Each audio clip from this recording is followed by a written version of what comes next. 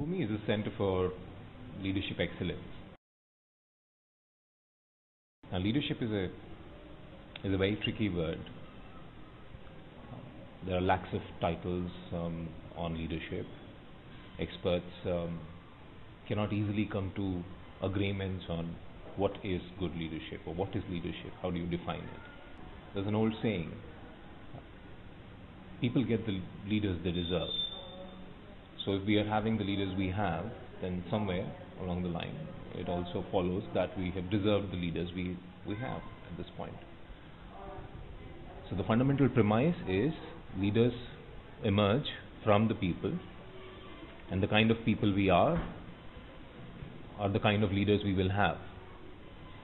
So if we want competent leadership so that we are able to effectively address the challenges we face as humanity, somewhere along the line there is an inbuilt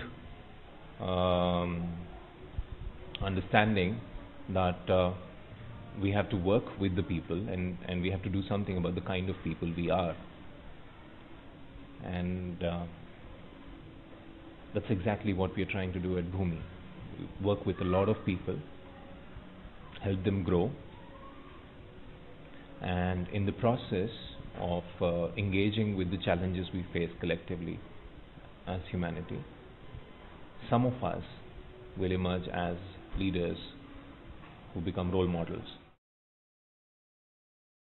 One thing became clear to us that people like us, with our education, walking into these communities and preaching virtues of education won't work. After a lot of reflection, we realized that fundamentally there are two areas, two inputs these children from government schools need. A, they need inspired teaching. B, they need somebody who can be a role model to them.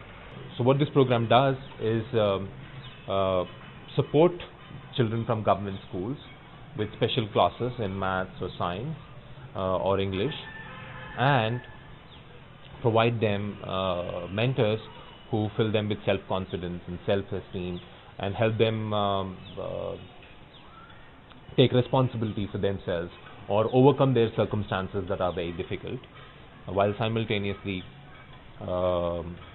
allowing college students or young professionals to acquire skills that are of value to them when they take up jobs.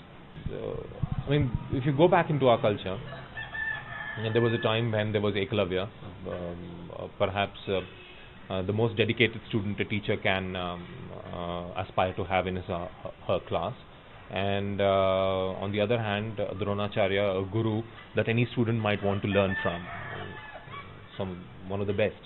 But back then it was not possible for two of them to come together, and now we have an opportunity.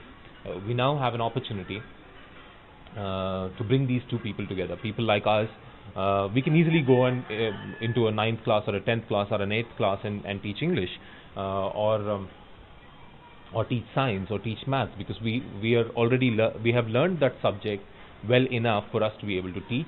Or alternatively, we have, because of our upbringing, because of our background, certain self-confidence. Essentially, so there are people like us who can help children from government schools.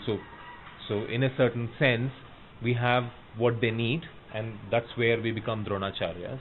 And amongst these students are many who are really eager to learn, and so the Eklavyas. By bringing them together on a common platform, there is an opportunity for us to rewrite history, and that's why we have called it Dronacharya Eklavya. A framework that helps people learn leadership while simultaneously uplifting communities at a very large scale.